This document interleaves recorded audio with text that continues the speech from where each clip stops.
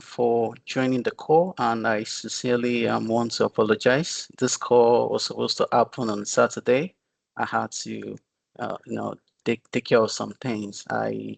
So good morning once again. My name is Emmanuel Itoje. I'm a Microsoft MVP in Microsoft 365 category, just like Joseph.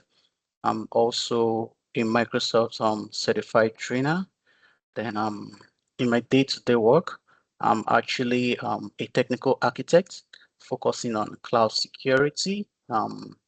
Currently, I just relocated to Malta, and I'm going to actually share that story also in the course of our discussion today because LinkedIn was one of the two that God used to help me to get the role that actually relocated me to Malta. So I think the weather is actually pretty cold here right now. We're about 10 to 15 degrees Celsius. So it's really cold. So I'm trying to ensure that I'm comfortable enough today. All right. I've been actually been following the program virtually, even though I've not been super active because of a lot of activities here and there. I'm still trying to settle down in, but I needed to ensure that I'm here today because community is something that I'm very passionate about. I'm passionate about sharing knowledge, and I'm also passionate about helping others people with their career as well. Because one of the things I do is also career mentorship, focusing on how to help people, maximize their skill, to gain visibility on LinkedIn, to get better job opportunities for themselves, whether they're just starting out their career or they're intermediate or as well as advanced level. So I'll be sharing my screen today. Our focus today is majorly on LinkedIn, even though I know I have 2 hours for that session, but I'll try as much as possible to ensure that I give you enough information around the LinkedIn itself. So let me quickly share my screen so we can get started.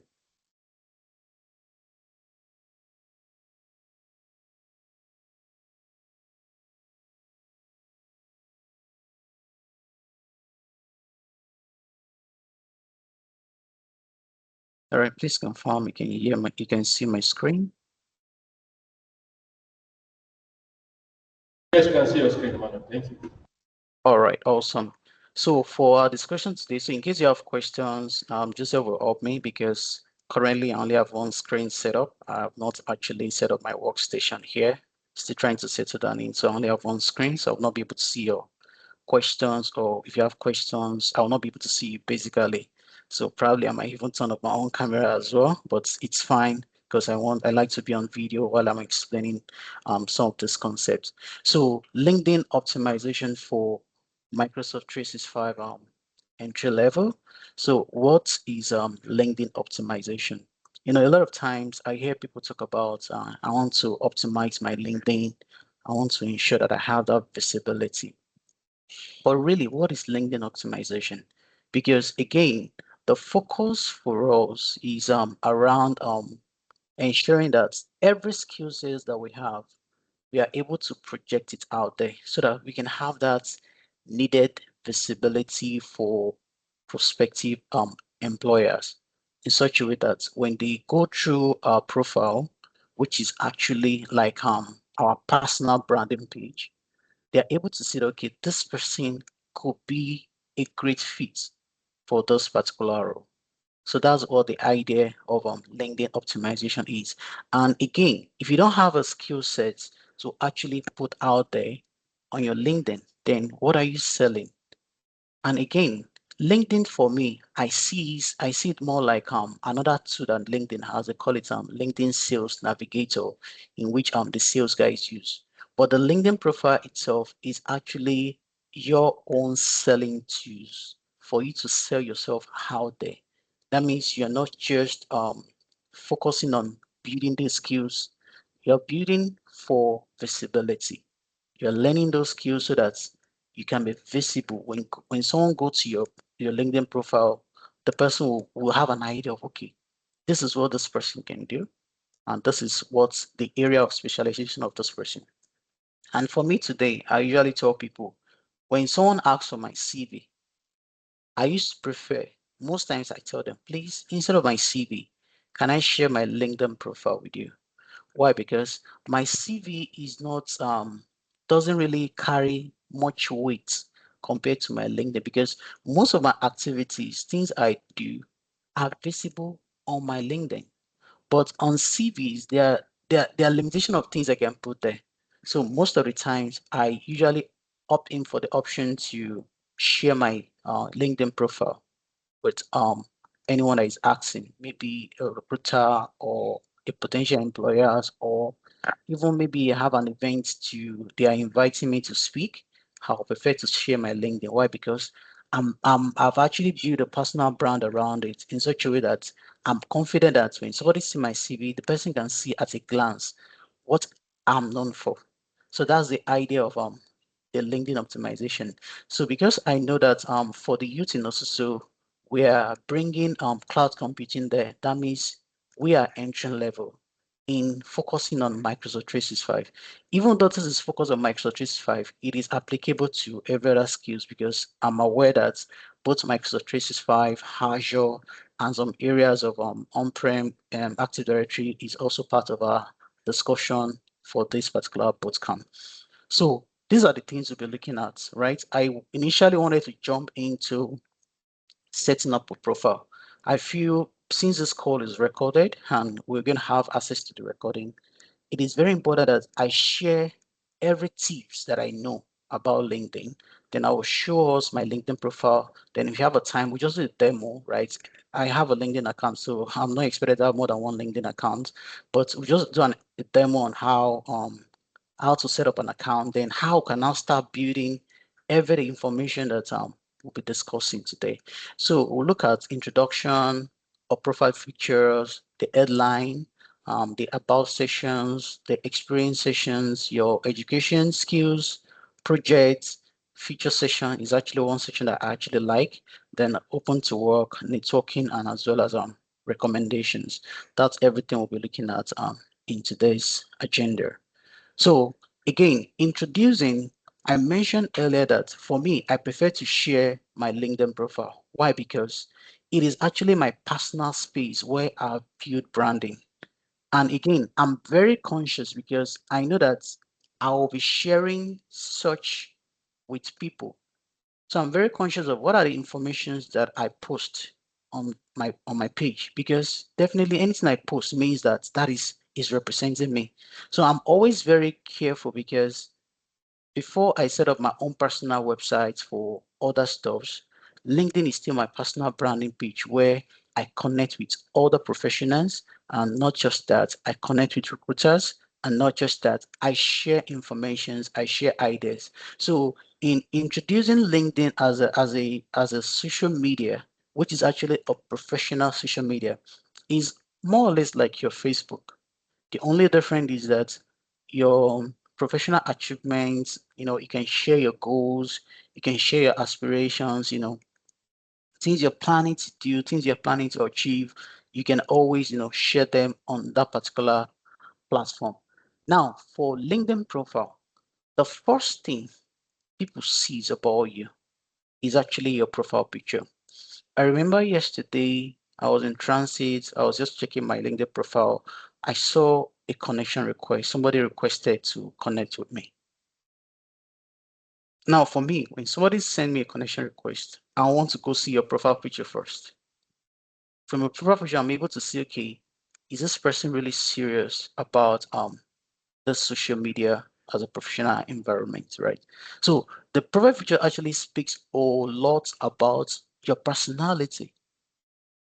If you look at some of our mentors' profile pictures on LinkedIn, they are either, you have to actually use a clear headshot, right? For me, I prefer to go to a studio, and by the time I get to the studio, I tell the photographer or whatever they call them, this picture I'm snapping is for my LinkedIn profile, is for a professional profile, right?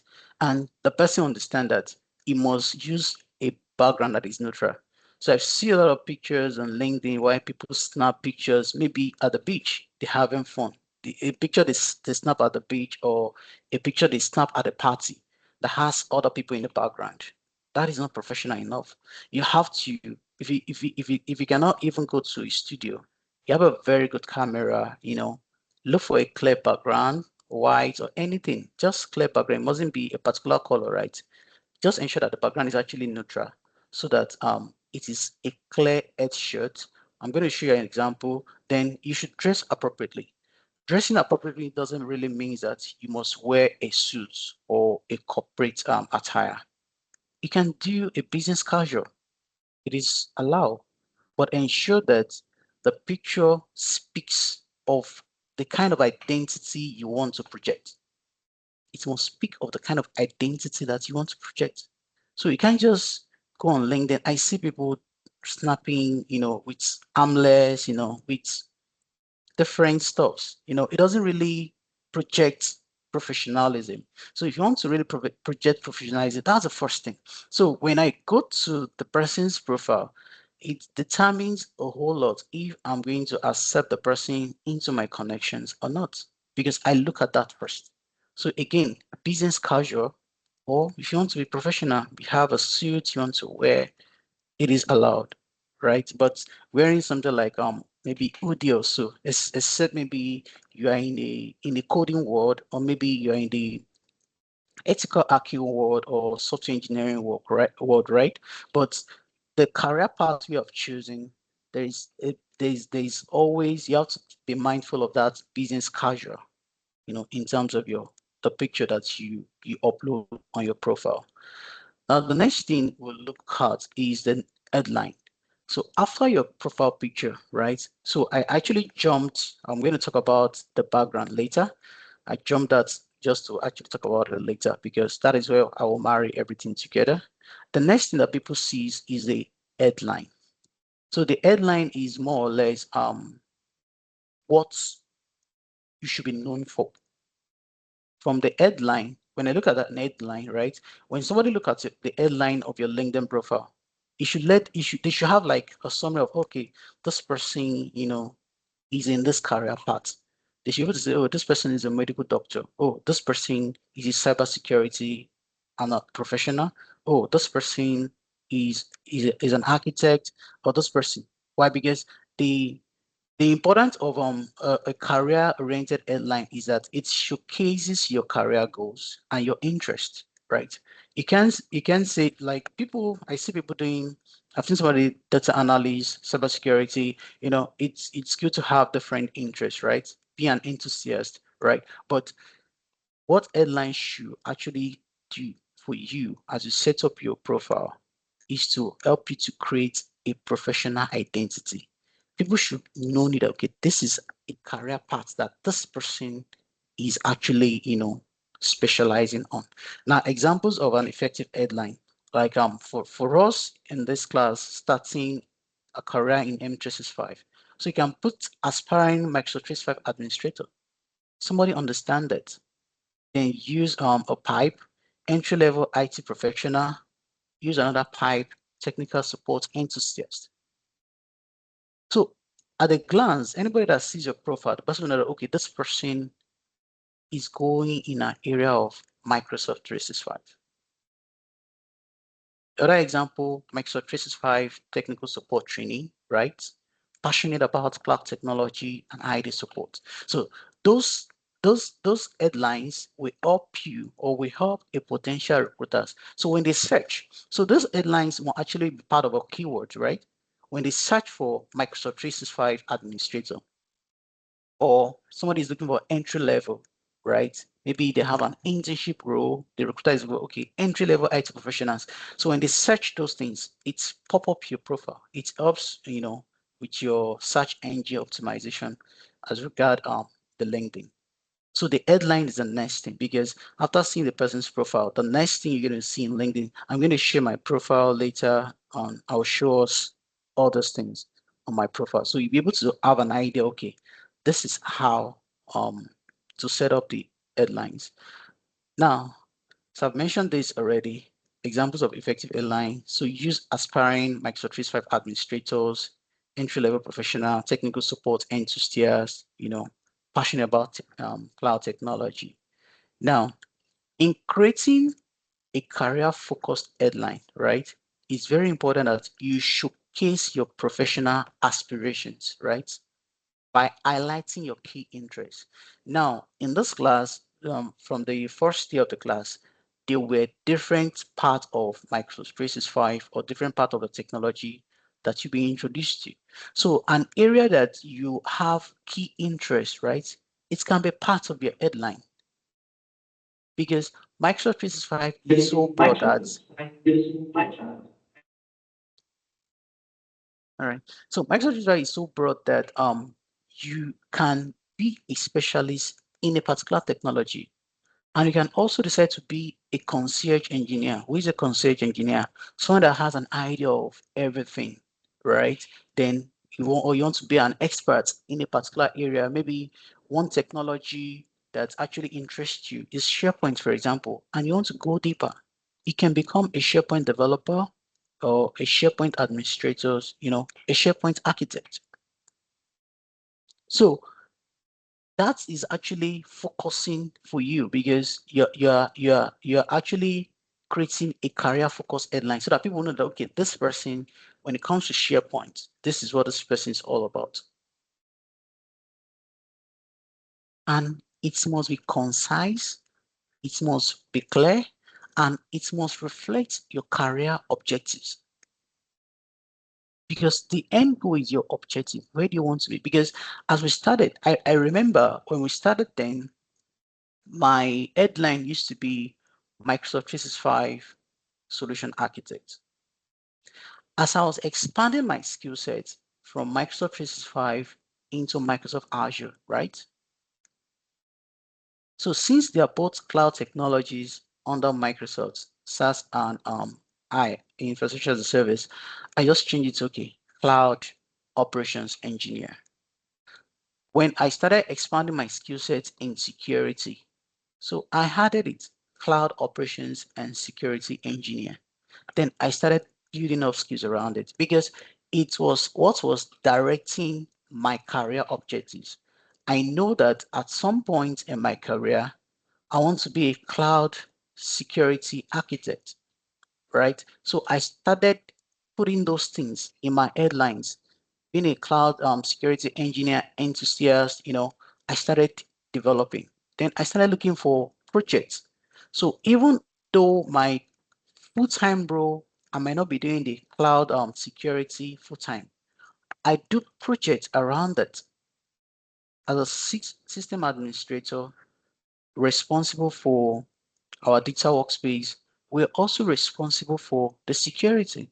So the security of our M365, the security of our Azure was a responsibility of the system admin team. So I started bringing in projects. So every quarter, introducing security projects from our Azure to M365, then to focusing on our endpoints, talking about the Microsoft Intune. So those things, because you are seeing that these are the things, this is what you want to become, right? As an objective, as a goal that you set for yourself, let it be in your headline. Very important. Now, another session after the um, headline is the about sessions, right? So the about sessions is where you have opportunity to, because the headline session has limitations. I'm going to show us that when I go into my profile. The about session, you have the opportunity to say a whole lot more of things that you do or things around your key set. Like for example, now you're passionate for cloud technologies, leveraging Microsoft 365 to solve business challenges. Whether or not, businesses have challenges in their productivity, especially in their data workspace. So sometimes some businesses, they don't even know that with their subscriptions, they have access to solve some of these challenges. So you are coming in because you have the knowledge to help the organizations, then you have opportunity to highlight your key skills, right?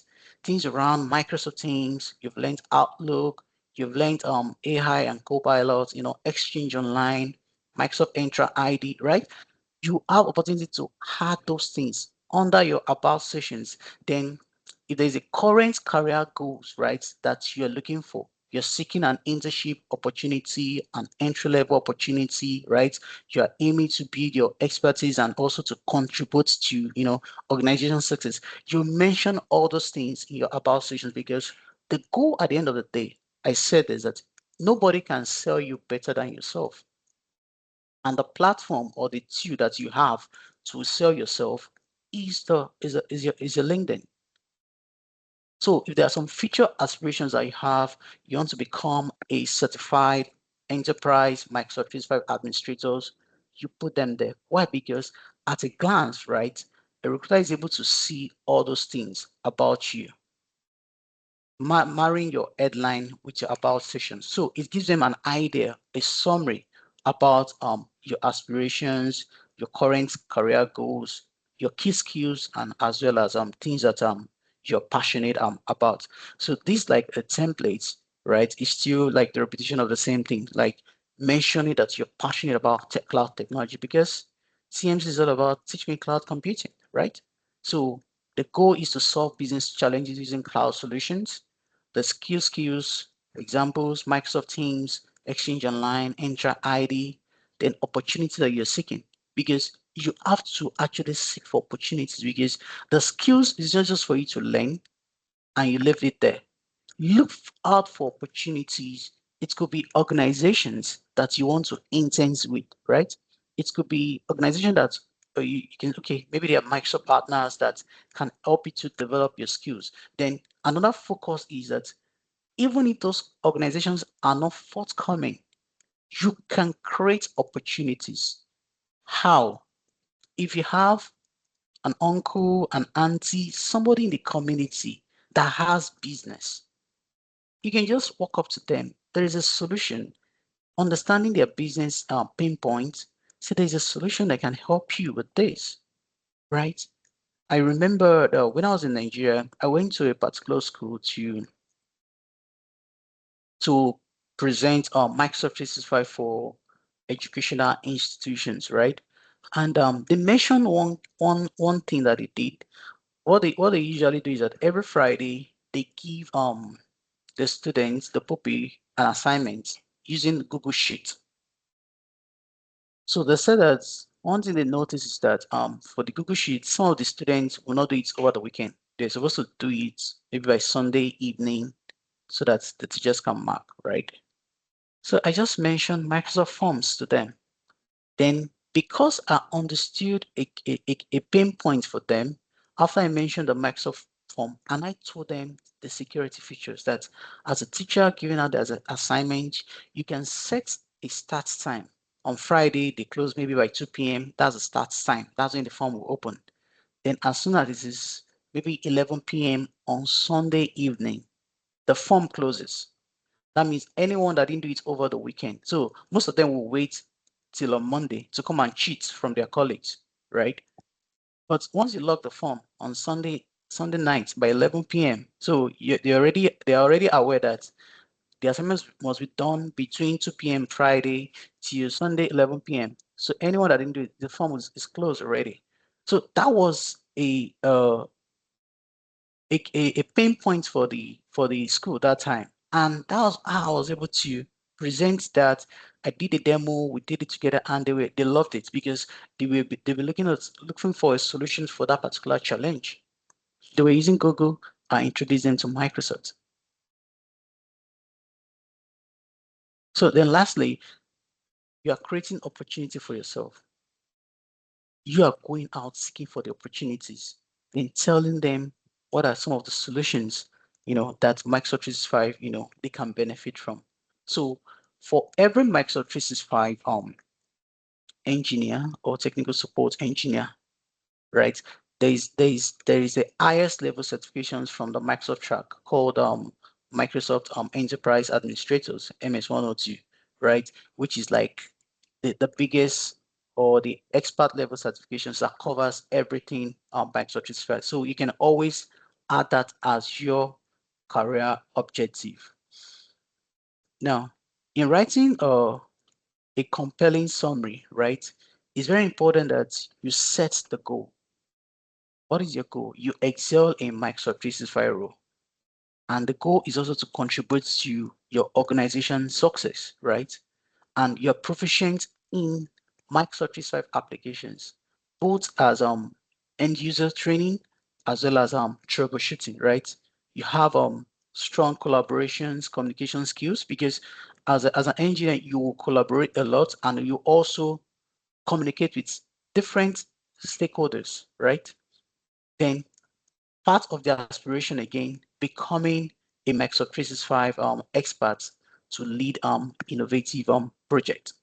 So those things must be part of your summaries, your goals, your skills, and your aspirations. When you combine those three together and you drop them in your summaries, you have a compelling summary that every recruiter that actually sees your profile, they will want to give you a chance because again, the profile is to give you that visibility so that recruiters can actually give you a chance for an interview.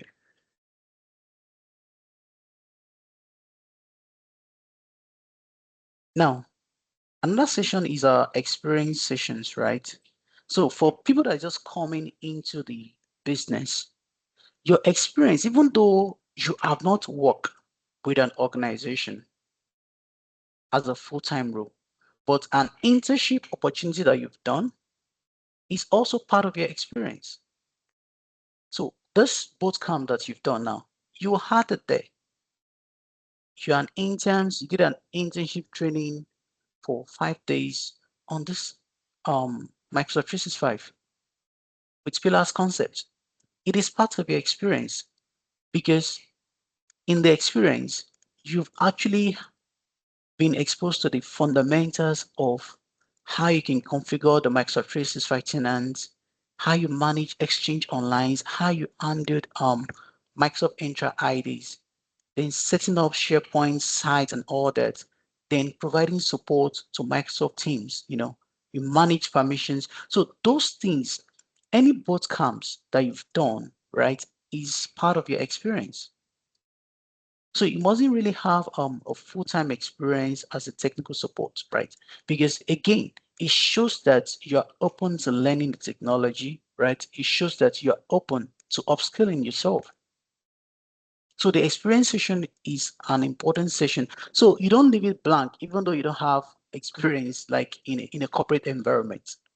Then every project that you've done also is part of your experience. Every project you did in a boot camp is part of your experience. And in highlighting relevant experience is also another thing. Like an example is this. You're a Microsoft 365 administrator training. You participated in a mentorship program organized by Pillars Concepts, right? So put the organization name there. Forget about what I just know what I said there. Nigerian 365 community, right? You engage with local communities because a community is what you've been part of. Put in the date you started the training, the period, right? Then what are the relevant work that you did? So the internship, did you volunteer for any project? Did you even lead a project team, right? What are the projects that you did? Everything is part of your experience. So example of the experience that you did, you set up Microsoft 365, you set up SharePoint, you set up Microsoft Teams, right? You manage Entra ID, you manage Exchange Online, right? So everything is all part of your experience. Then another part is your education sections. So if you have a degree, you can put it there. Have a BSc in this, have an HND in this, right? You can put it there. Then during the course of your undergraduate project, right? If there are some certifications that you did, it might not even be relevant to, but you did some training, some upskilling, maybe soft skill class and all that, right? And you are given a certification of completion, certification of participations, it is part of your experience. So you had them as part of your certificate, right?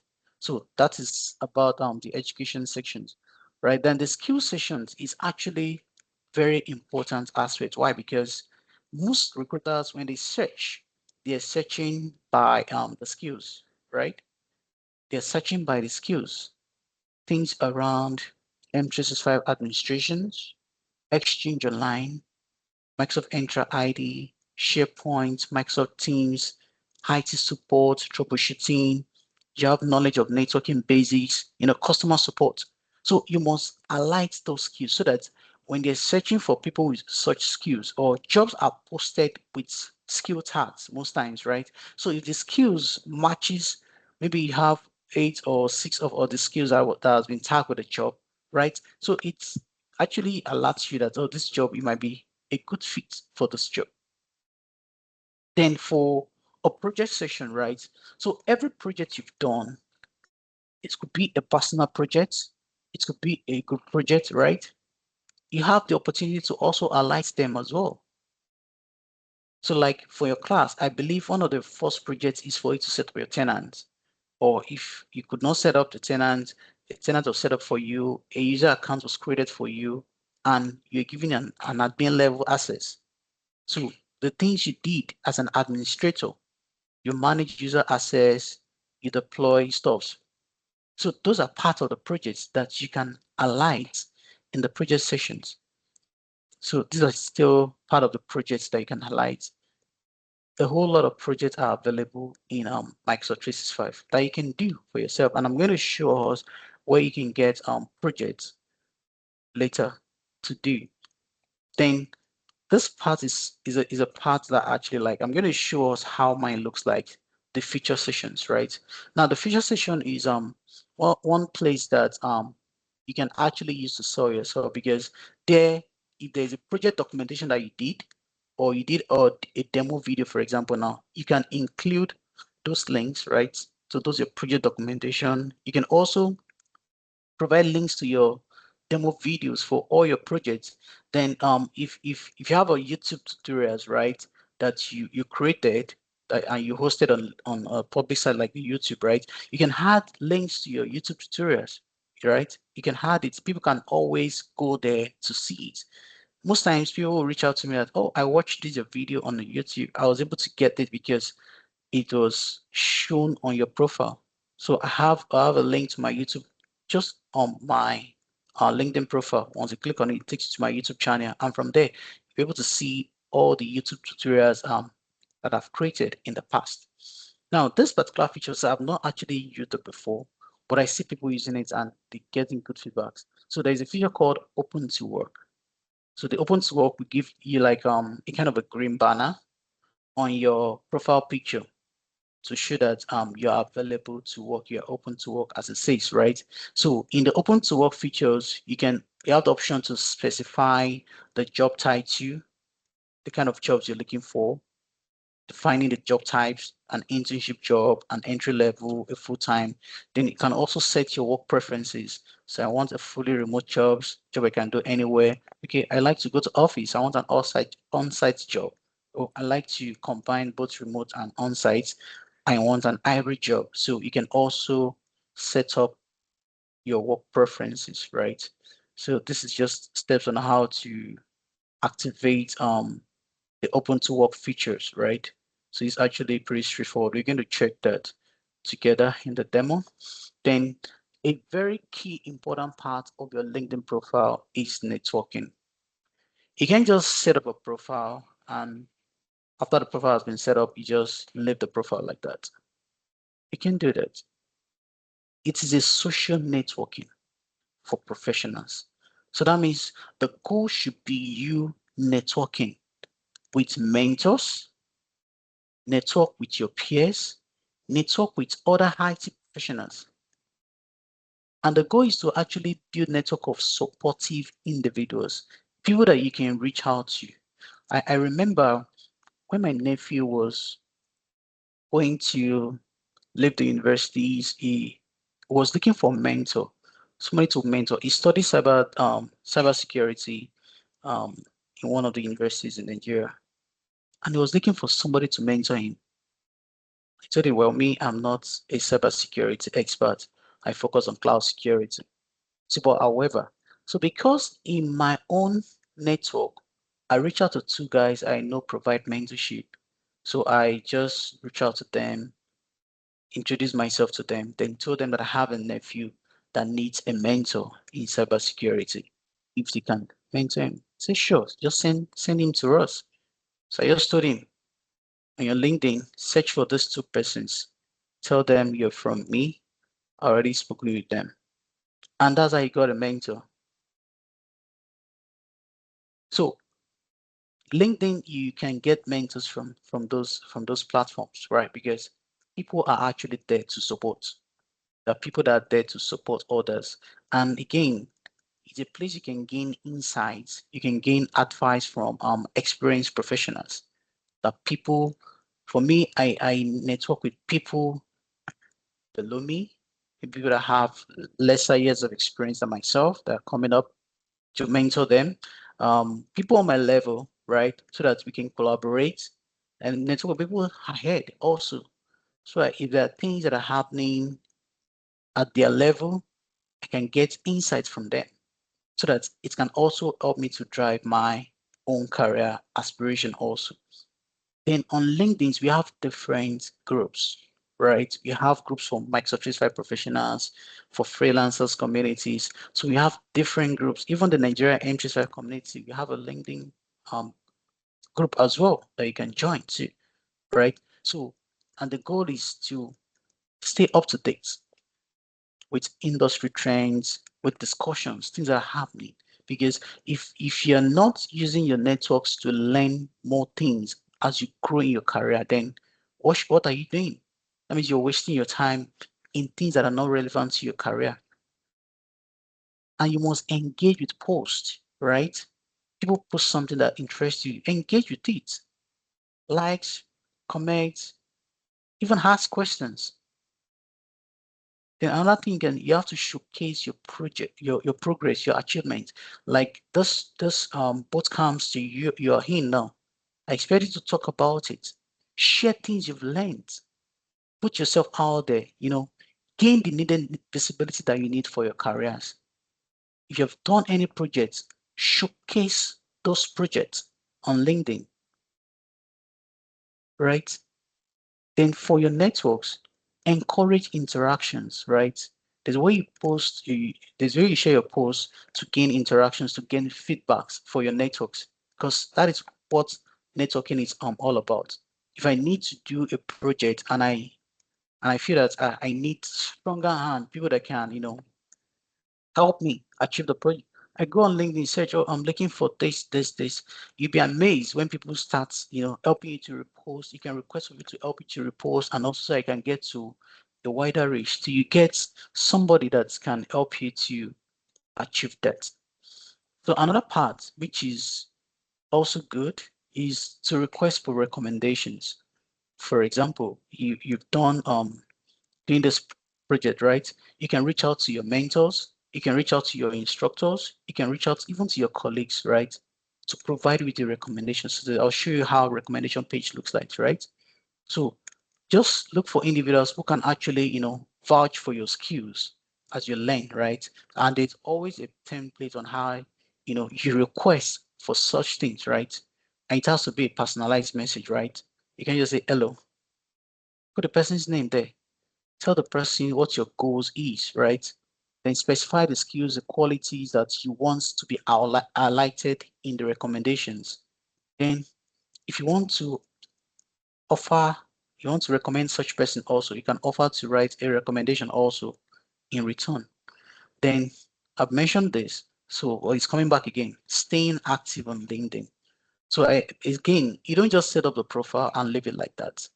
You have to stay active. How? By posting updates regularly. So if you've written an exam, you just pass an exam, share the certifications, share the achievements. You're joining or you've been enrolled into a particular project, a boot camps. Talk about it. Talk about things you're hoping to learn, right? Then if they as they're doing the boot camp again, highlight any project you've done, then share any learning experiences, things you've learned so far because it protects you a whole lot. Then as someone in the space also, it is also very important you also share valuable content. Maybe other people that were not privileged to join, you can have a summary of what you learned in a particular technology. Create an article about it relating to that particular technology. Share it. You see somebody having challenge, somebody posts something, offer tips, offer insight. So those are the ways you share valuable content, because when someone is going back to your profile and they are seeing things you're doing, the way you engage, right? Engaging with your connections, liking, commenting on posts, sharing interesting content. Those are ways you stay active on the LinkedIn page. So that's everything I have on my presentation. I'm going to share the presentation slide also with us so that we can have it handy. So I want to go to my LinkedIn profile. But before then, how do you set up a profile? Let me open an incognito browser. So if you go to linkedin.com,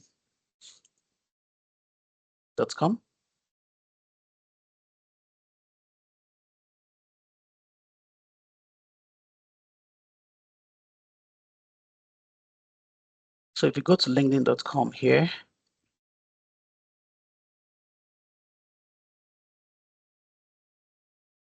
let me just share this here.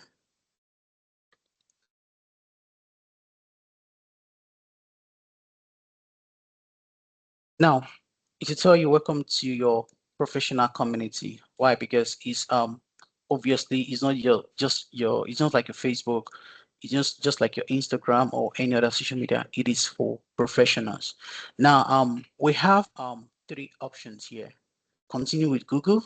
So this means that if you have a Gmail account at gmail.com account, right? You can use that option.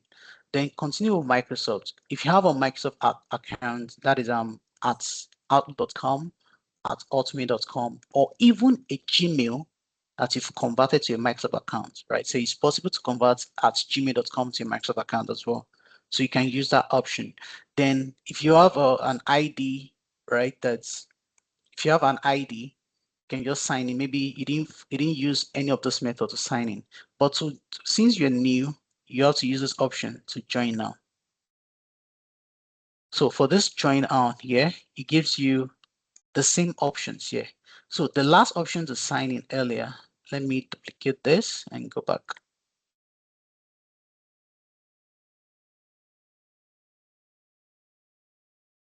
So these are how you actually sign in here. So the options that you use here is determined by the option that you use to set up the account here. So if you,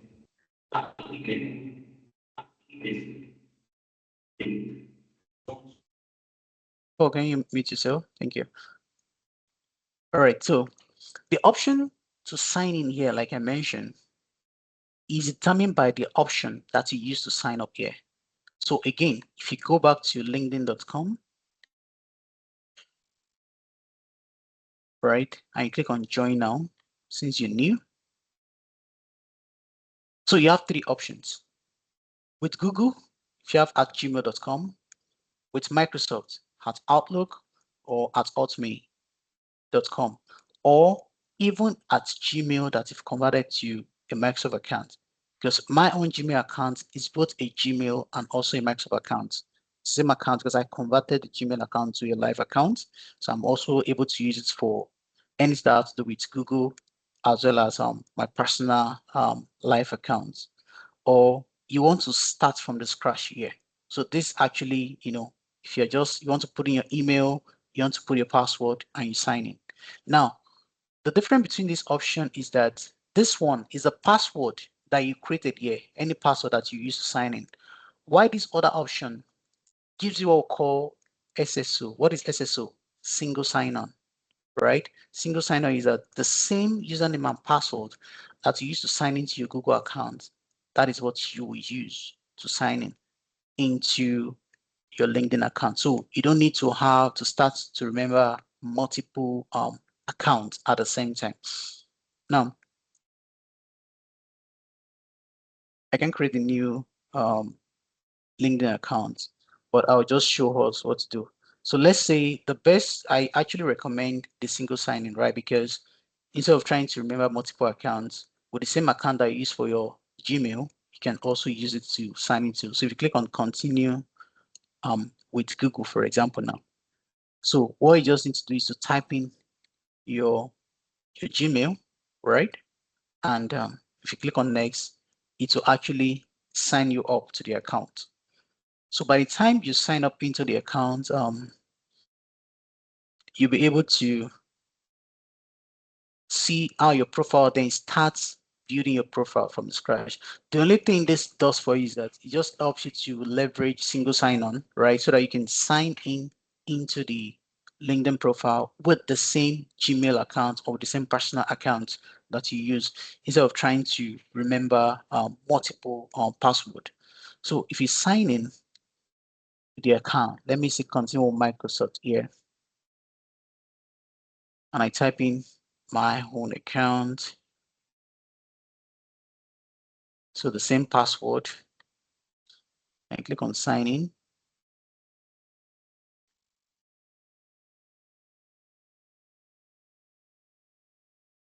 So because I'm signing into a private window, so you can just read, see, LinkedIn will be able to read your profile. So that means it's going to read my Gmail profile and maintain access to this. So just accept.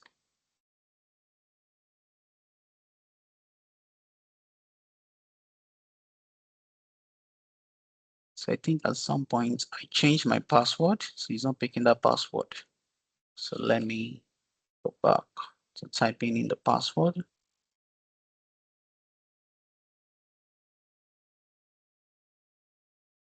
All right, awesome. So your own interface might not be like this. Why? Because you're just setting up the accounts, you're not connected to people, right? So those are the things you'll be doing. So let me just go to my profile so we can start from everything we've discussed. Then probably we can have somebody share screens, then we can create an account from the scratch and see how that is being created. So let me just go to my profile to highlight. Now, if I go to my profile, so my name is the first thing here. So this background, I'm going to come back to it, right? So background can be anything. It can be anything. But where I started my discussion was the profile picture. So I had to go to a studio for me to snap an headshot. Why? Because it's what I'm trying to project to potential recruiters or potential connections. Then the headline, this was the headline, the second thing I mentioned, right? Let me go back to my presentation here. So I've talked about the profile picture, then the headline here. So for me, So, because, Emmanuel, sorry, apologies for yeah. cutting you. So, I think your the screen is stuck at where you were trying to sign. Oh, really? So, Let can me you just stop. please stop sharing? Yeah. All right. Thank you. Thank you for that. Let me stop sharing and reshare again.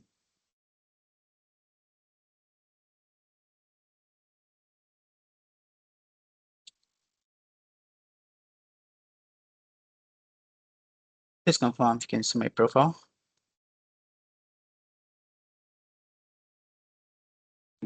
Yeah, it's coming up. All right.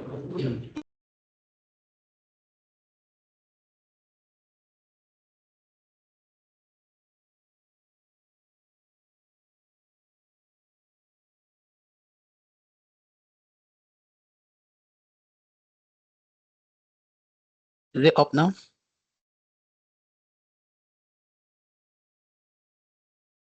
It's up. All right. Thank you. Awesome. So the profile picture is actually very important. I told you it can be business casual or a professional attire. So it ensure that it projects you the way you want to be seen, right? Basically. Then the headline. So this is, let me just click on this. So you can see, so from here, so these are the things you'll be setting up, right? All right, so let me leave that. So your basic informations, your first name, your last name, you put that there. If you have an additional name, you also have the option to put that there. And this you can always change it at any time you like because it's editable, just edit and save.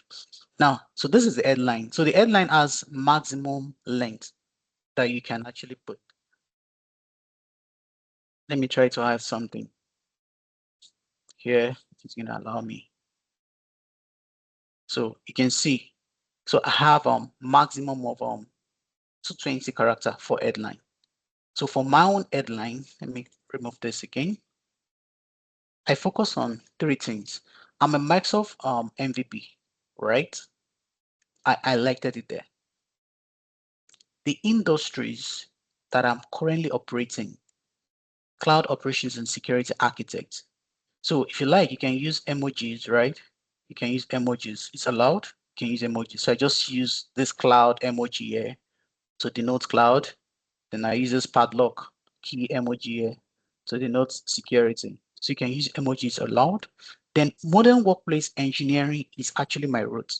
So modern workplace engineering is actually Microsoft 365 plus Power Platform. You'll be hearing about platform maybe much later in your career. So Power Platform is, so Microsoft technologies are four categories. We have the Azure, we have the Dynamics 365. Even the Dynamics 365 has two categories. We have the CRM and ERP, customer relationship management, then enterprise resource planning. Then we have the Power Platform.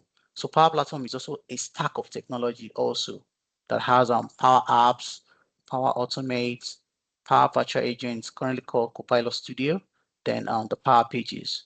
Then we have the last part, which is a Microsoft 365 that has your Exchange Online, your Teams, your Outlook, Defender, and all that, right? So modern workplace engineering is both Microsoft 365 and cloud platform, right? Because at some point in your career, you'll not just be focusing on Microsoft 365. As you advance to becoming a modern workplace solution architect, you'll be doing some part of Power Apps, Power BI, Power Automate rather, then some part of Copilot Studio. Then this other part was my previous role. So when I was at InterSwitch, the title of my job role is Enterprise System Engineer. So I added it there. Then an area that I want to specialize in future is this, Microsoft Purview and Defender Solutions. Microsoft Purview is your compliance, while Defender is your Microsoft security, right? So security and compliance. So for me, I've seen opportunities in those areas, right? So I want to reach a tent in those areas. So I added it there as a Microsoft Purview and Defender Solution Architect. Then because I'm also learning Copilot and AI. AI for me here is focusing on Azure AI, Azure OpenAI, document intelligence, and the likes, right? So I added that part there as well. Then what other people usually do is that they do had their certifications. So maybe you pass a couple of exams, is a 900, MS 900, you can also put that. It's just for how you want it, how you want to actually, project yourself. So my current role, my new role that I started 2 weeks ago is this one, security technical architect. So I just added that just before our class today. Then when you come down, you have the option. So because I've not actually updated my profiles since I started a new role, so it's still picking my previous role. So if you check the positions, right, you have the option to, so all my previous positions, right, I can select them, the one I want to be my current positions, but because I've not had my current position, so that's, you have the option there. So people know that, okay, this is what this person is currently doing, right? Then if you want your current position to show in your introduction, maybe I want it to show, like you see that some people, the name of their organization will show, but I didn't want that, so I didn't bother to do that. But if you want to do that, you have the option to do that. Then the industry, so I'm in information technology and services, so it's there. Then for my school, the school I attended, then my current location and the city is there. So under this website now, what I did was this. So let me show you where this is coming up. So this is still under the up page, right? I show us, right? So I put in the link to my YouTube channel here, then the link text that I want people to see, YouTube. So if I close this down here, you see this link here, that's the link there. So this edit button is for everything here. You see my location, my YouTube channel, my headlines, and also my current positions, right? So what is the thing? So if you write a blog, you have a blog post, for example, now, you can just put it on my blog site. You can just name, this can be any name, it's editable, so it can be anything. You can put in my portfolio. So maybe you have a blog that you used to had, you used to, keep all your documentations, right? You can put in my portfolio. So people want to go see your portfolio. And you also have option to add custom buttons, right? If you want to add custom buttons, you have the options to also do that as well. Awesome. So I mentioned this open to, I think,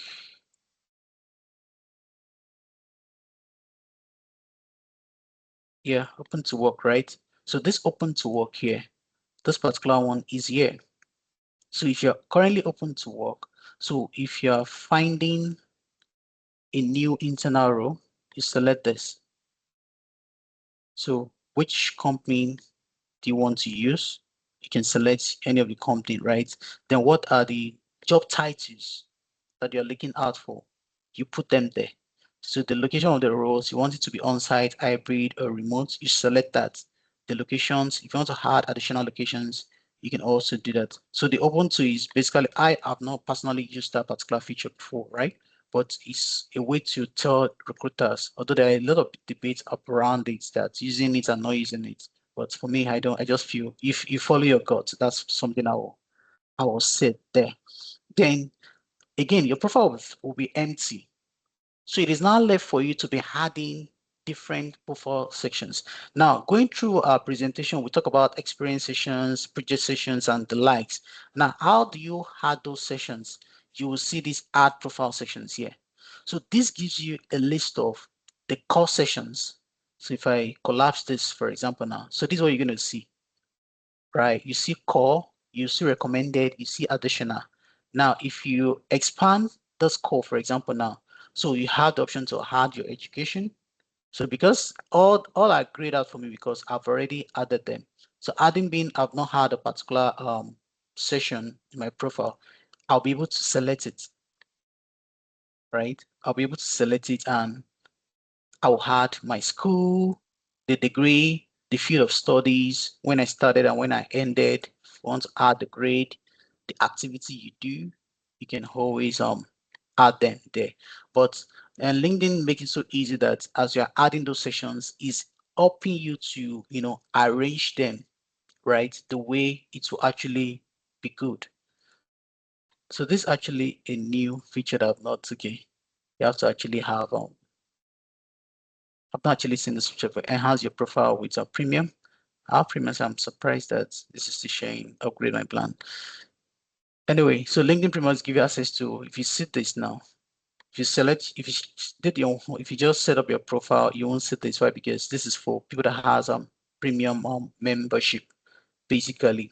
Now, before I go down, this background here, a lot can actually be highlighted here. If you have a particular award, you can put it there. What people usually do, let me show us an example of our founder's profile. Let me go to user's profile. So you see an example of what you can put there. You can put your certifications there. Your badges, your certification badges can be there. Like this, something like this. You can just design something. So the goal is just to sell yourself. That's the goal.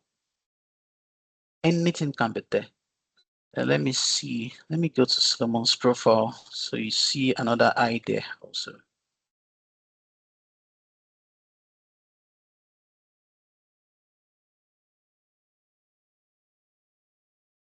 Right? So anything can basically be there.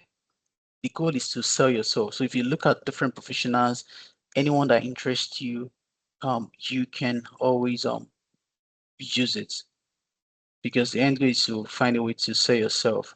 So I mentioned that this headline, I could only add 222 characters, right? Because the moment I exit that, it started showing me that error, right? But the about section, here as you go down. So you'll be able to add it because still under these add profile sessions.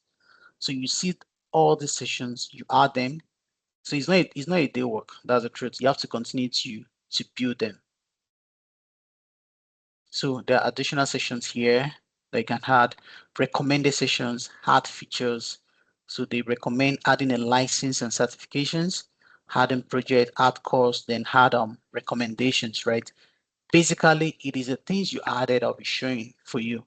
If you don't add a particular feature, the feature is not going to show for you. So for me, I've added an about session, right? If I go to show more, so this can be a lot. For me, I have not actually taken my time to putting thought into things I will do here. So I just put a summary of what I do, basically how I introduce myself, especially if I'm in an interview, how I introduce myself. So just things around the skill I mentioned, if you remember,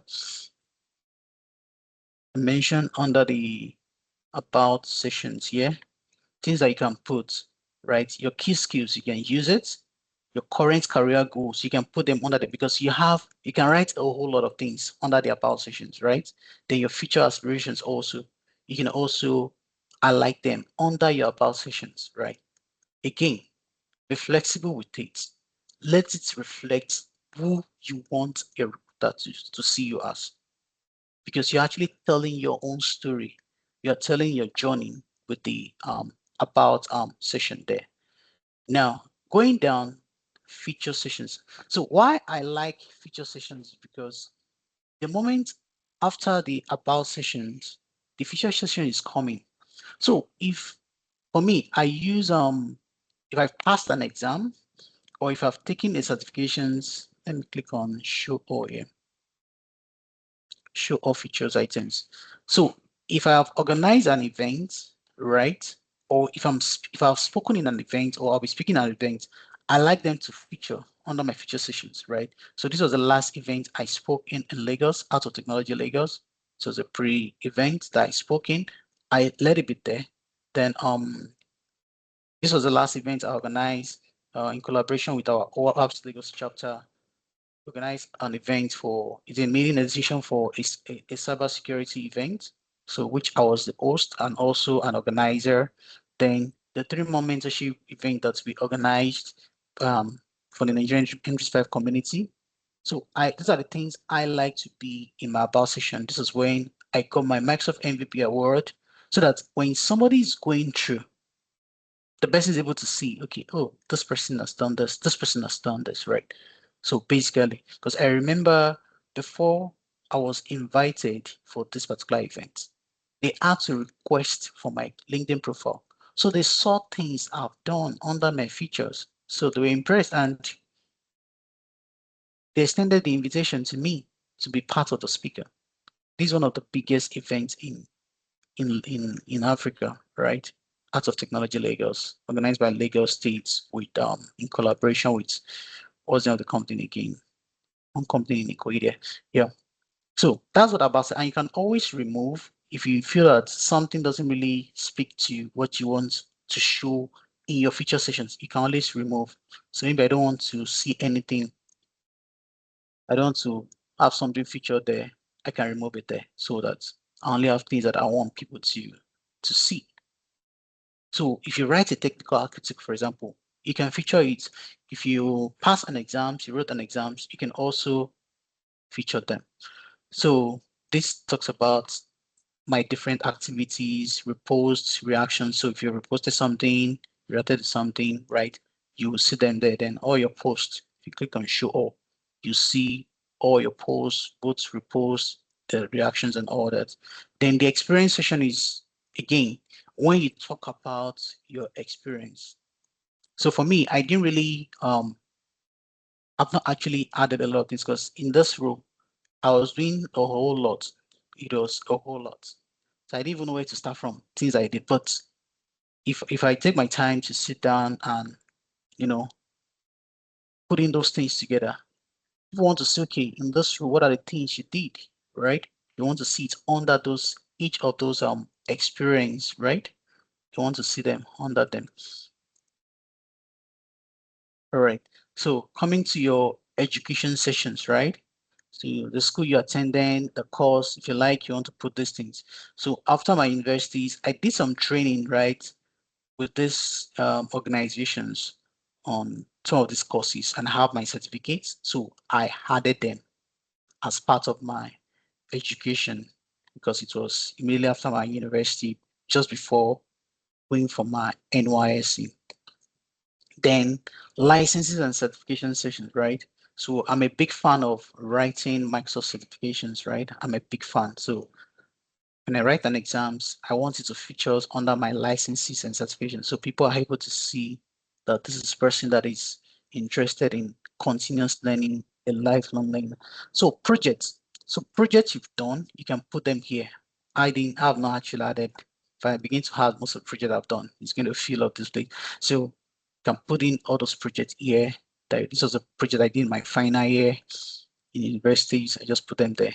Then volunteers. So if you volunteers for different community activity also let it be there. Let it be there. Any volunteer things that you've done, let it be there. Showcase it there also.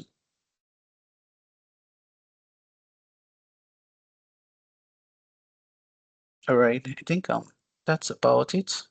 All right, so the last part is talking about skills, second to the last. So all your skills, I mentioned that you need to highlight skills, right? Because sometimes those jobs, when they're searching by those skills, who has those particular skills. So make your profile come up as the recruiters or potentials and all these talent hunters, right? As they're searching for people with the particular skills, they'll be able once they search the particular skills, your profile will come up. So it's a way of improving your search, making your profile comes up in terms of the algorithm that is for LinkedIn and also the search engine optimization also. So you can highlight your skills there.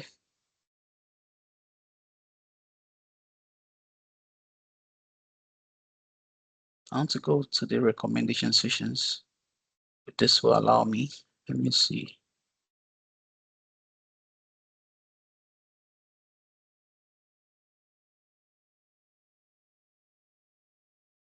Okay,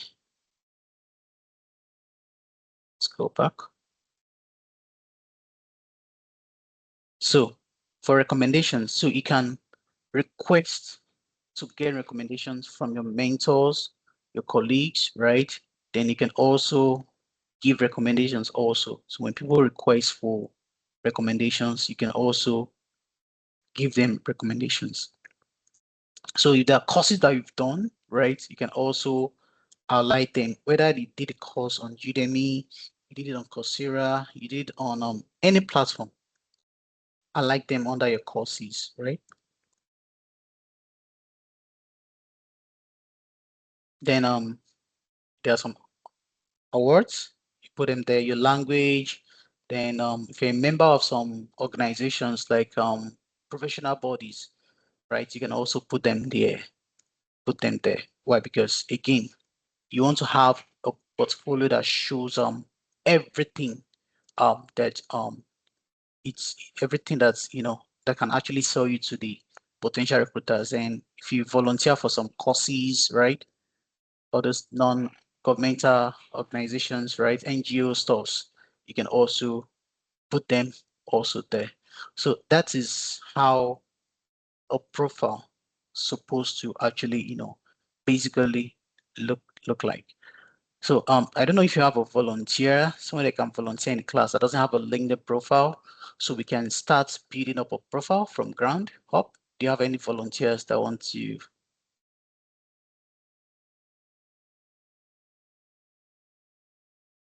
Okay, Manuel, thank you very much for that. So if you know you are here and you do not have a LinkedIn profile, let's have your hand up. Okay, so we have three persons who do not have LinkedIn profile. So we're just going to pick one person at random, and then the person sits close to Paul, and Paul shares his screen. Paul is joined in also on the call, if I'm not mistaken. Paul, please quickly join so that you can share your screen, and then we can walk through with Uteme, since Uteme is the closest person to you. Yeah, is the closest person to you. Uteme, please turn to Paul, and then Paul, you just want to share your screen and open in private window. Emmanuel, what do you want to come? I can see your hand up. Yeah, thank you very much. Let me welcome Emmanuel Itoje. Well done, sir. So Hi, Mana. yeah, so I joined late. So I went to my LinkedIn profile. I discovered that I'm not even using that featured this last feature you just talked about now. So I had to make all my posts that I was there. I featured them. So Awesome, awesome, awesome, awesome. thank you very much, and thank you for joining us today. Thank you. Thank you.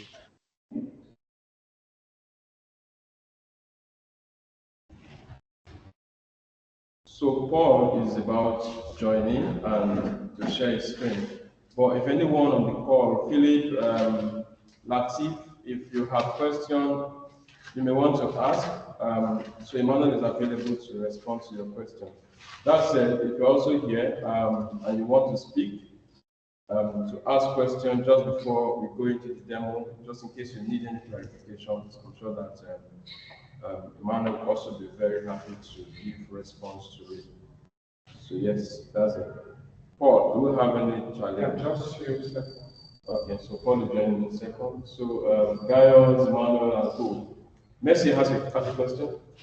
Okay, please, just leave it audible. Thank you. Good morning, sir. Good morning. Good morning. Okay. Thank you very much for the teaching. It's really insightful. But I have a question, and it's on skill sets.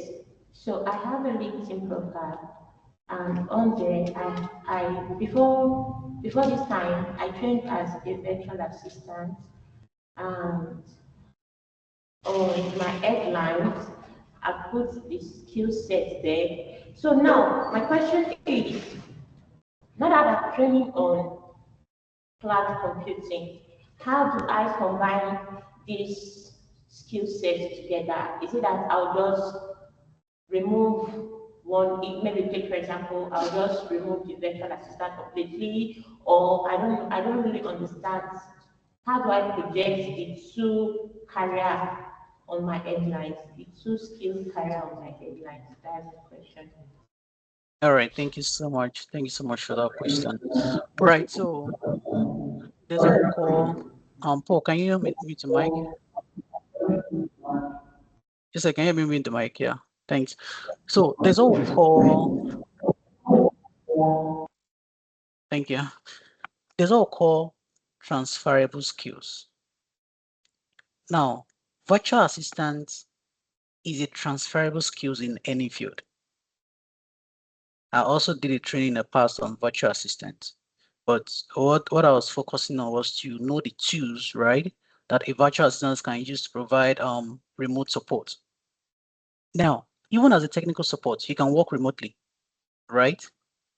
That means you're supporting organization. So those are your virtual assistant skills that you've learned during those trainings. They are relevant, like things around email management. I know one of your courses was Outlook. So email management is part of virtual assistant skills, right? Things around calendar management. They are all part of virtual assistant. So they are interwoven. So I don't expect you to remove it. But if you feel that you want to go fully into virtual assistants, let it be the dominant skills. But now that you're coming into cloud computing and you're enjoying the journey already, and you feel you want to go into cloud computing, in your headline, do not remove virtual assistant. Let it still be there. Why? Because you're telling them that you also have some transferable skills that a Microsoft 365 technical support engineer needs, providing remote support, because it's basically an assistant, because as a support engineer, you're providing assistance, right? So it's still virtual. Virtual assistant is working virtually for clients globally, right? To help them with tasks. So providing support, so this even leverages, it gives you more leverage even as a virtual assistant, because you are able to suggest to your potential clients that apart from one of the service that you provide as a virtual assistant is also a technical support. You support productivity tools like the SharePoint, the Microsoft Teams, the Office applications. So it's a transferable skill, so you don't need to remove it. How that answer your question?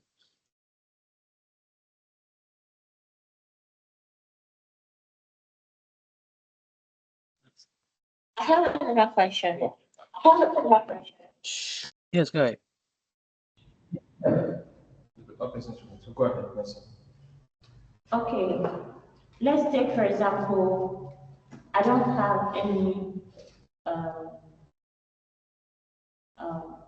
okay, I don't have any work experience. I'm not a virtual assistant, and I don't have any work experience. And I'm here for the training. I'm here for the 5 days training. You made mention of certification, like maybe one of those places. You made mention of us putting our certifications there. And now I don't have any certification, and I'm here to learn this training. So in the part of that certification, what is supposed to be there? Should I just leave it blank, knowing fully well that I'm projecting myself, I'm trying to market myself so that maybe Oh, potential employers can actually see my profile and probably hire me. Now I'm just here for this 5 days training. I don't know if you understand what I'm trying to say. I'm just here for this 5 days training and I don't have any experience. And in that place of the certification, what should be there? Should I just leave it blank or Or wait for the instructions, please. all right. Okay, awesome. So if you don't have certifications, right, do not add the session for certification yet. So the profile is because the profile is based on the sessions you've added, right? I didn't have session for certifications until I started writing Microsoft certifications, right? So don't have the session yet. So by the time you now have certifications, the point of adding those certifications is to require you to add that sessions. You understand? So don't have the session here because again, you mentioned that you don't have certifications. So instead of leaving it blank, it's as good as not even adding that session at all. So anything under certification and licenses, don't add it yet. Just leave your profile like that. So as soon as you write your first certification exam, because before you be able to even be able to add that certification as part of your profile, it will require that particular session. Then go ahead to add that session. Then you'll be able to add the certifications. Yeah. Then again, leverage on certification of completion also. Like sometimes LinkedIn used to open some free courses that you can learn that you don't need to pay for, and at the end of the course, they'll give you a certification of completion too. So such certifications also you can have them. It mustn't be the Microsoft recognized certifications. And today also Microsoft has what called applied skills. You don't need to pay for them. Look for any of the applied skills that you feel you can go. There's always a learning path for them also. Look for any of the applied skills, do it. Once you pass it, they give you an applied skills certification also for free. Then you can also add it. So in case you feel like you want to add the session for licensing and certification. Yeah, hope that answered the question.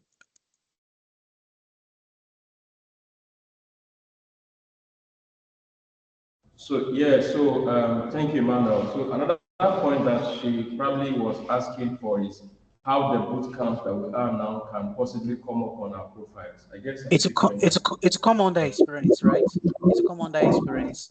Then if after the boot camp there is certification issue to all the participants, you can also add that also as part of the certification page. You did a boot camp and you have the certifications, you can add it there.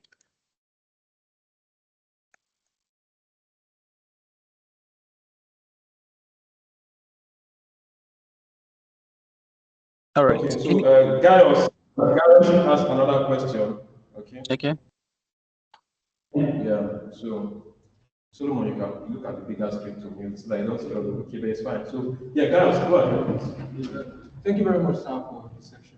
I just want to ask. All the please. Thank you. I just wanted to ask concerning the transferable skills which you talked about.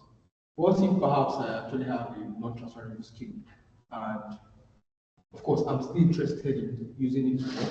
At the same time, I have found, let's say, a good like this M365.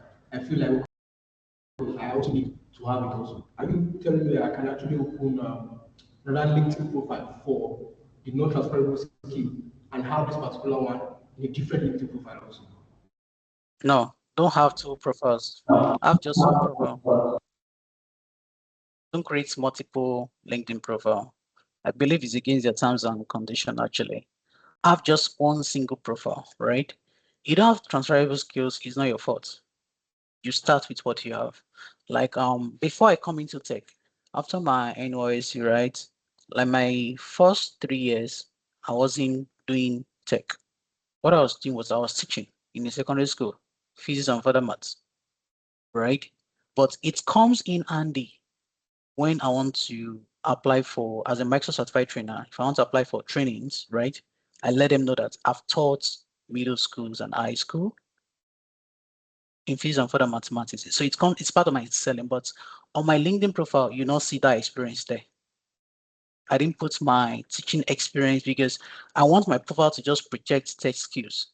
So those careers I have is only when I have gig that I need to train people on, and it's a corporate training. So I bring it up. I'll tell them it's not part of my profile, but I have this teaching experience. I've taught SS1 to SS3, physics and further mathematics, and as well as mathematics also. So it comes as a transferable skills, but I just talk about it, but I don't put it on my profile. You don't see the secondary schools I've taught. You don't see them there. It's only the technical work I've done. So even though it's a volunteer, so while I was teaching in secondary school then, I volunteer at a particular IT company. So I just go there just to help them out with stuffs and learn because they have internet and all that.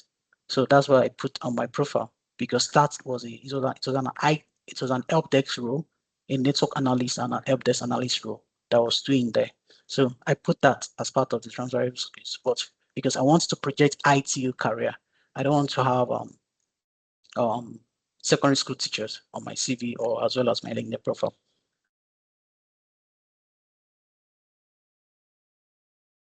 How does answer the question? Yeah, another question. Who has another? Hold on. Say I have a question. Merci. Okay, let's go ahead. Okay, so I don't know if this is a question or it's a call for help.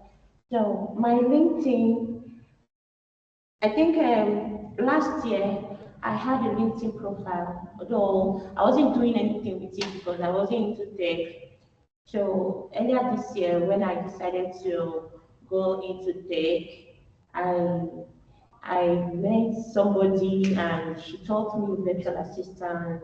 Although she wasn't detailed about it, she just said, okay, set up your LinkedIn profile and all that. So I had that LinkedIn profile and I started using it. I just did a little editing on that LinkedIn profile, and that was it.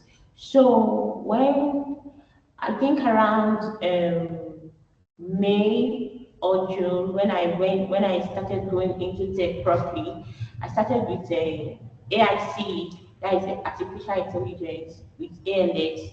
So we were asked to set up a LinkedIn profile. So since I already had a LinkedIn profile, I used that one. But I don't know what happened. I don't know if it's the system I logged into or it was my phone.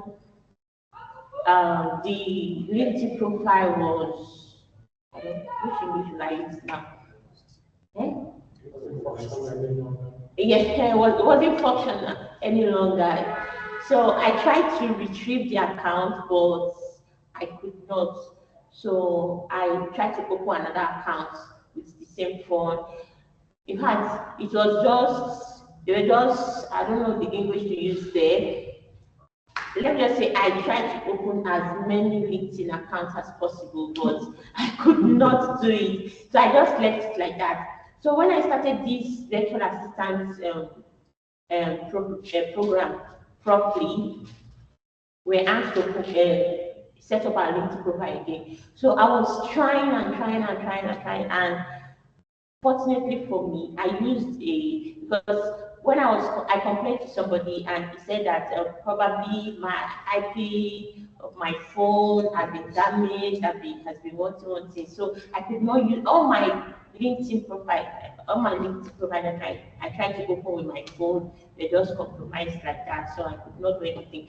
So the last one I opened with a system, and because of the fear of so that this thing will not go bad again, I did not log out of it. In fact, and I'm talking to you, I'm even scared of logging in my account to another system. It's just there. I pinned that particular tab so that I don't have any need to log out or whatever. So my own, I don't know if I need help on that so that I can be able to at least log into another system, or at least since I'm here, then since this program started, I'm supposed to have been updating my LinkedIn. But because of the fear of what if I log into another system and it crashed, I can't do it. So please, I need help on that.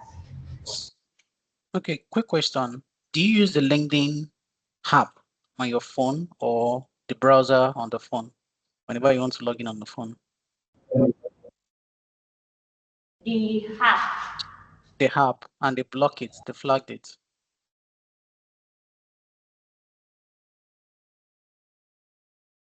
And they flagged it, right? Whenever you log in on the phone. Security happens on my phone currently, but I can't. If I log into my account now, it will just crash. Okay, I think the issue should be from LinkedIn side of things, right? Because I can log into my LinkedIn on phone, laptop, and anywhere basically. So what you need to do, I wouldn't want your account to, get locked out again, right, on the phone. But you can actually give it the experience since you already have the tab bookmark on your system. Try on your phone if you be able to log in into the app, right? Because I don't LinkedIn sometimes they used to have that issue. Like I've gotten some feedback from some people that they open an account and after 24 hours or 48 hours, they find out their account is locked and all that. So probably a verification process is pending or some other things. But if your account is verified, like there's this blue tick. Let me see if I'm still gonna have it on my account. There's always this blue tick that's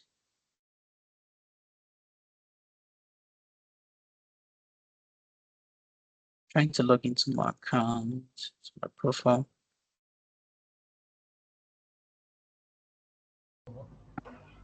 Sir, you're talking about maybe verification and sending of OTP. Yes. I've actually tried it on some of those accounts. I've tried sending OTP, and when they send it, I try to impute, and then those verification process with my ID card and all of that. Sometimes after submitting the the requirements they need, maybe about 24 or 48 hours. Sometimes I get email and they tell me, okay, your verification process has been verified, but unfortunately you cannot log into the account, blah blah blah blah blah, and all of that. So I don't know. Okay. Because one of the things that LinkedIn is trying to do is trying to ensure that only people that are verified, right, with either you have a work email, you verify with your work email, or with I think there is also other option of persona to verify, such a way that they ensure that the people there they're not scammers. Because sometimes people come to those platforms to scam people and all that. That's why you have to actually be very, very careful also. So for now, still maintain your desktop, right? But if you want to give it a spin, maybe you want to see what happens, you can give it a try on your mobile. But since you can access on your desktop, so anytime you have access to your laptop, just sign in any updates that you want to putting it, update it. Then if you can even reach out to LinkedIn support and tell them about your experience, that's whenever you open an account, trying to see if I can get LinkedIn support email. Whenever you open an account on your mobile, this is your experience. So if they'll be able to assist also. Okay, so let me share a link here you can use to raise a support request with LinkedIn.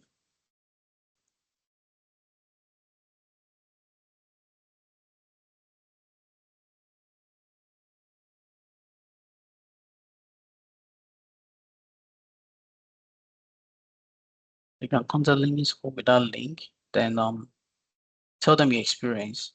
So if they have to try it on your mobile, at least you have a support ticket that they'll follow, they'll support you on. Yeah. So the issue basically is actually from their end.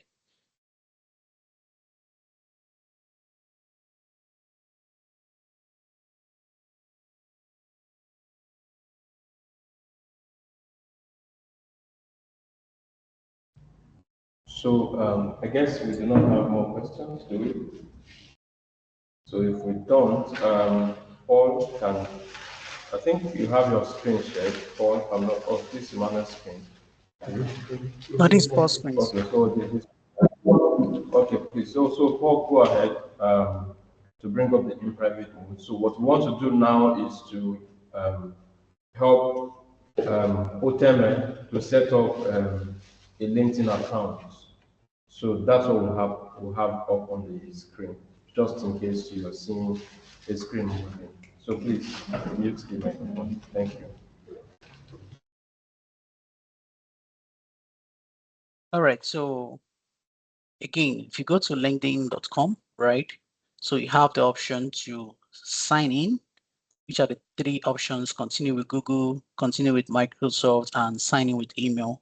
So the option you will use here, like I mentioned, will be determined by how you sign up. And to sign up, you click on join now. So can you click on join now? New to LinkedIn, then join now, right?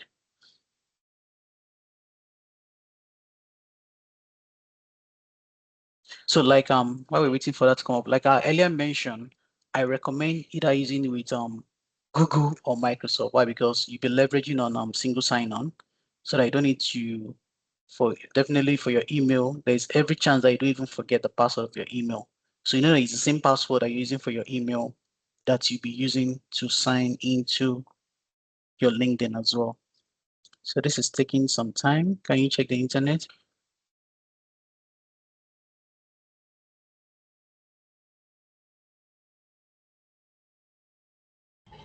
Yeah, so Emmanuel, we're actually having a terrible internet access here. Oh, so sorry about So, that. yeah, so let me check it.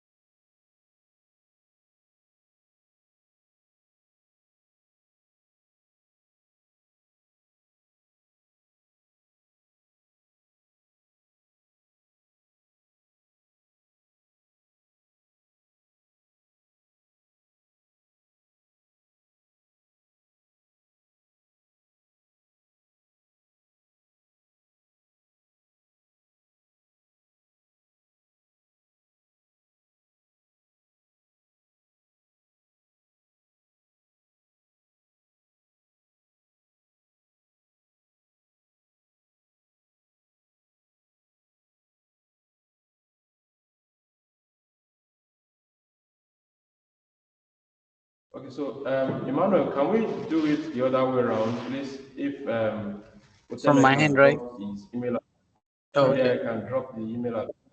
Yeah. Yeah, So sure. please drop the email address on the group. Uteme, attention, please. So let's have the email address on the chat. Let's see if that's going to be faster. Solomon.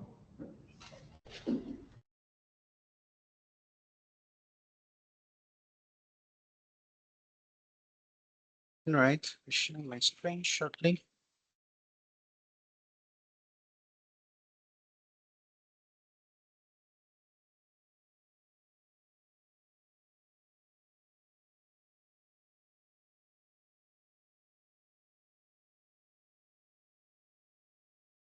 All right, please confirm I can see my screen.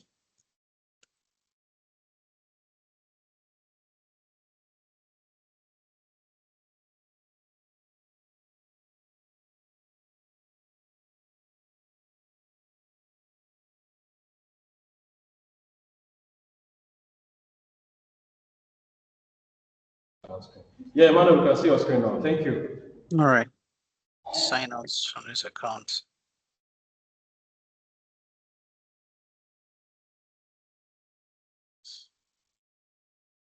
All right, so from the home page, right? Just click on join now. So if you're using the Gmail like I recommended, so just copy the Gmail.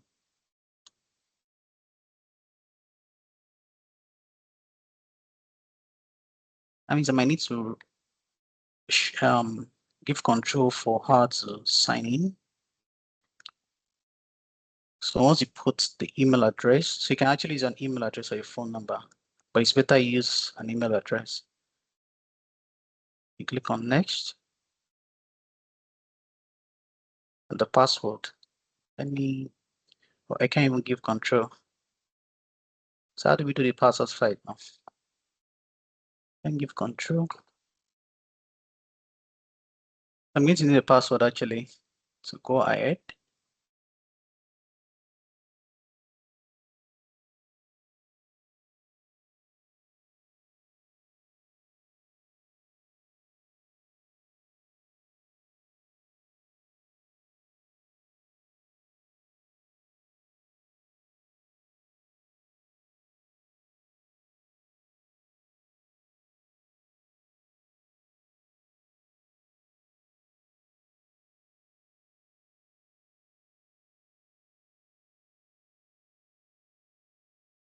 There's a password in the chat.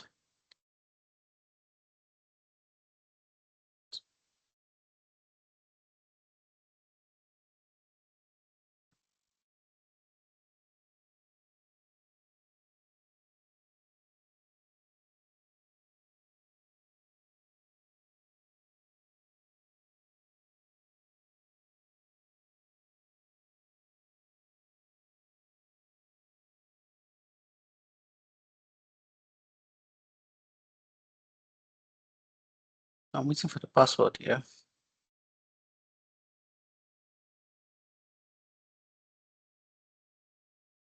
So it's dropping that in a second. Yeah, it's there already. Okay.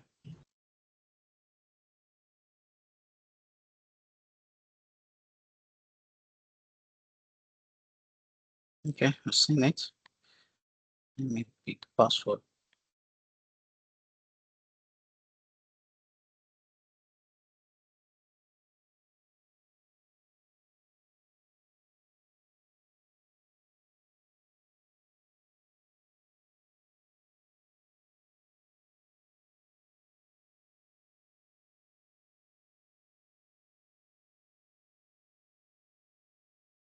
Let me go back again to this.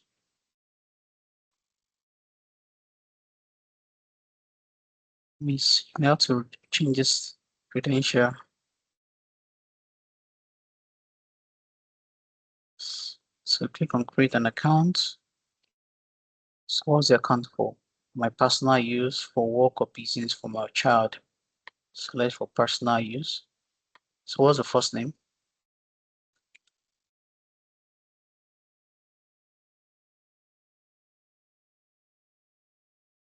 So that's going to be dropped immediately, Emmanuel. Please just give a second. Thank you. Okay. All right. So last name, all right. Select next. So the bets will need this details as well.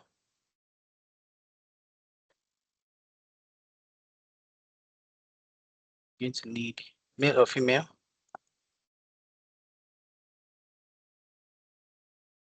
Male. Okay. Months. January. Okay.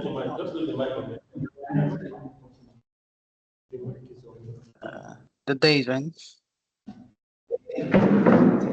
10th. Things. Okay. I think this should be optional. Let me see. Next. It needs the year as well. What is the year? 98. Okay. Next.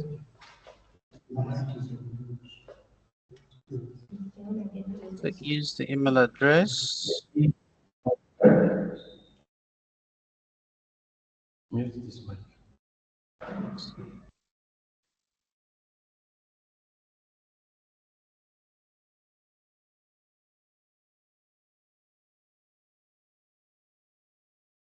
So next. So this username is taken. That's strange. Actually, this account does not have.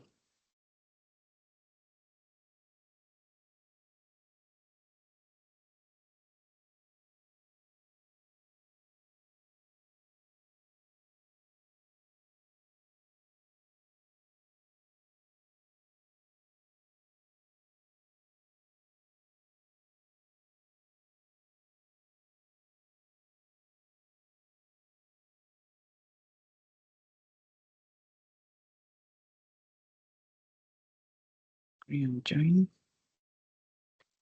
Continue.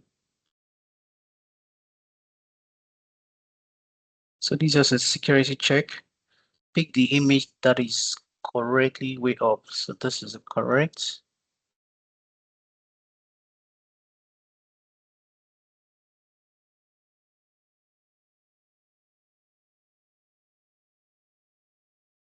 Is in someone else already using that email. So it's possible that the email has been used to set up an account. Okay, let's try to sign in with the email. So Emmanuel may just have to use another person, okay? Because Precious just remembered now that at one point he created an account. So Paul has Mary with him. So Paul Oh, is going to share his screen now, oh, and then let's create for Mary. oh, okay, awesome. Mute.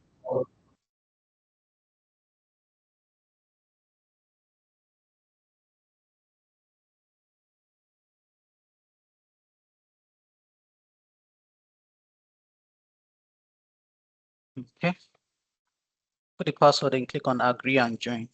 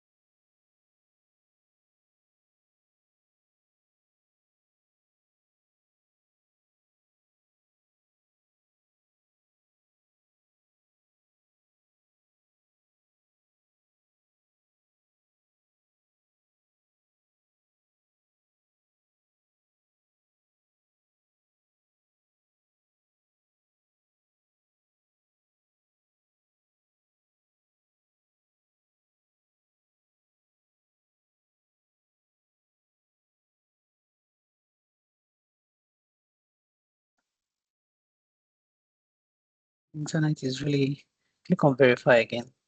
Internet is actually slow.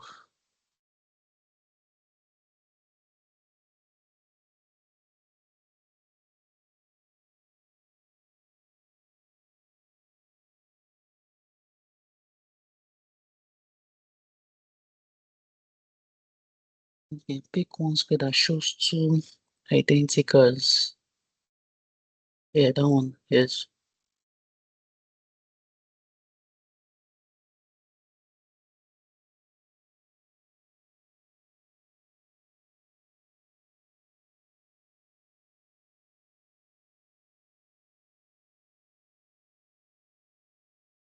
All right, well done.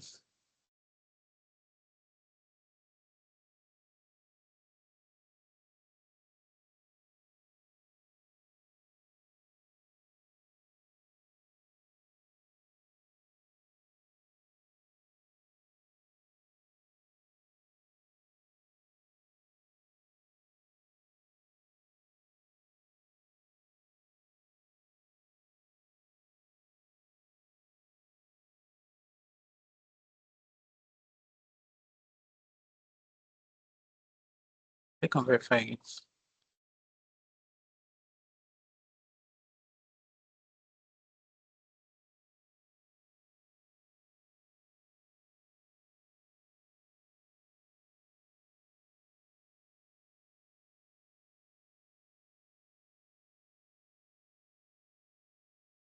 That's not the challenge I faced because of this. Can you click on the X first? Let's see if it's take it for. Close this prompt out.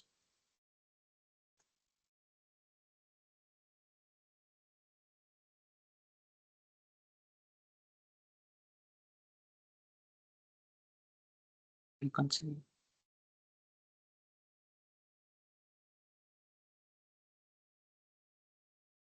So Emmanuel, I think it's this all our own internet access issues, which we still have about 4 hours to spend here.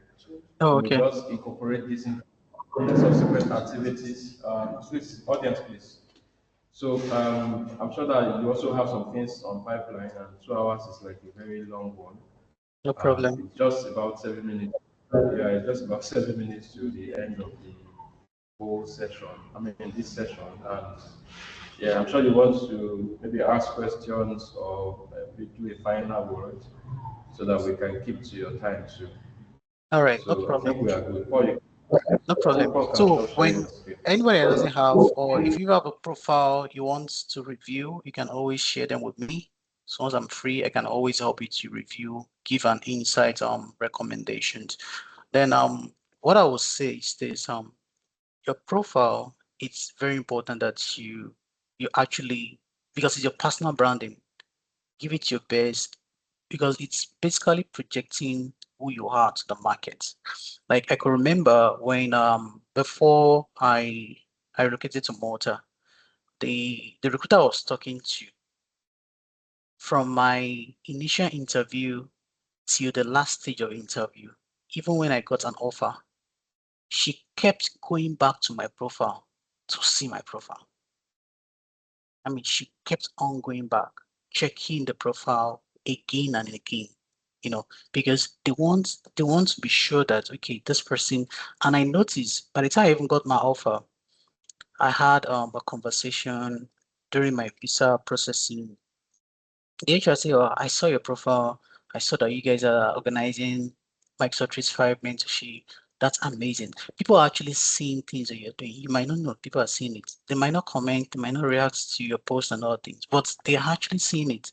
And the more you continue doing that, every of your learning, your experience, you continue to share insights on this profile, it will really give you that needed visibility. You never can tell when somebody will just say, please, can you send me a lot of times people will reach out to me, please, can you send me your profile? There's this particular gig. They want to review the person that be handling the project. So with the profile, I'm confident because I know that I'm building intentional. You have to be very intentional about your profile, right? Be intentional about it. Be intentional about the career path you want. be intentional about your career goals and objective because it will really help you to determine the kind of content you put out there, the kind of comments you also put out is always very important, and also the kind of people you follow. I have a lot of mentors on LinkedIn that I follow too. I check their profiles, I check their posts, I learn from their posts because that is what it is all about, learning and sharing. Because a way to show that you care in this tech community is that those informations that you have, those things that you're sharing to others. We don't have that. We didn't have that. Rather, people that we had were holding knowledge, they were hiding information and all that, right? But when you share that little you never can tell who that information will help you. It could be an article, sign up for Medium, LinkedIn articles, drop an articles there. It will help someone, and someone will refer to your articles in the future. Ah, this was the article that helped me to be able to solve this problem. Okay, I was trying to do this project. I was stuck here. It was because of this article that I have. So I'm going to encourage you as you started this journey, don't stop. Our logo is never to stop. We are not stopping. We continue to learn. As I'm here on this call, once I leave this call now, I'm going to the office to do one or two things. Have an exam later tonight. Continue reading, continue upskilling myself. That's the goal. And that's what all of us as a mentors are doing. We are creating that learning experience for you. We are creating that example so that you know that it's all about continuous learning. For 2025, that is in few days' time, I already have 5 exams that I'm going to prepare for just to upskill myself because the goal is to increase leverage. And how you'll increase your leverage is by increasing your skill set, adding more skills to yourself, telling a recruiter, okay, you met me last year, this was the things I know, but this year is different. You can determine how much you will earn in the market by the number of skills you have. If the base is, let's say they want to pay a base of 50,000 euros per annum, you can tell them, really, that's a good base. But apart from this skill set, these are additional skill sets I'm bringing into the organization. So I don't want the base. Can you add 30 to it? Make it 80,000 euro for me.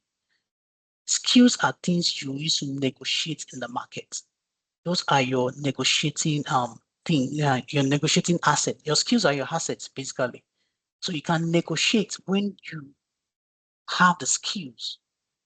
But if you're just coming up, like for most of us, you join to learn the skills, be in the environment, connect with professionals, use your LinkedIn to connect, right? Share on the platform, look for strategic people that are doing strategic stuffs that interest you, connect, look for different communities that you can learn from also. We have different Microsoft 365 community on LinkedIn. We have different WhatsApp community as well too, right? Join those community, ask questions, introduce yourself, tell them about your learning goals, objective. You never can tell there's somebody that has that information that you need, that you want to learn. So that'll be my final thoughts. And thank you so much, everyone. It's not easy spending 5 days learning, upskilling. A lot of people start and never ended. So I want to appreciate everyone. So enjoy the rest of your days. Okay, Emmanuel, please, just one thing before you go. Mercy still has one question. I'm sure it's going Oh, to be okay. brief. All right, sure. Thank you very much, sir. Thank you very much once again. Please, you said we can always reach out to you. So my question is, about my LinkedIn profile that I complained about. I Yeah, can't actually access it because my laptop is not here. So I want to ask if when I go back to where I stay, I can still reach out to you after yeah, now. yeah, you can. I've dropped my LinkedIn profile. That's the fastest way to reach me. So just connect with me, ask your questions, and I'll Yes, do my best to answer yours. I'm So, following you, sir. yeah. All right, so Emmanuel, it was not short of expectation, I will quickly say. So thank you very much. It's a great honor to have you with us here in Ososo, even though you are sitting in Europe. We thank you for your time. We can imagine how much your 2 hours worth. and giving it to us for free, and subsequent option to view this is a big one for us. And we want to say thank you for the encouragement and thank you for the contribution to the entire community. We appreciate you and we wish you well for the day. Thank you. Thank you so much. Thank you for the invitation and thank you for the organizing team. You guys are doing amazing work. Thank you so much. Bye bye.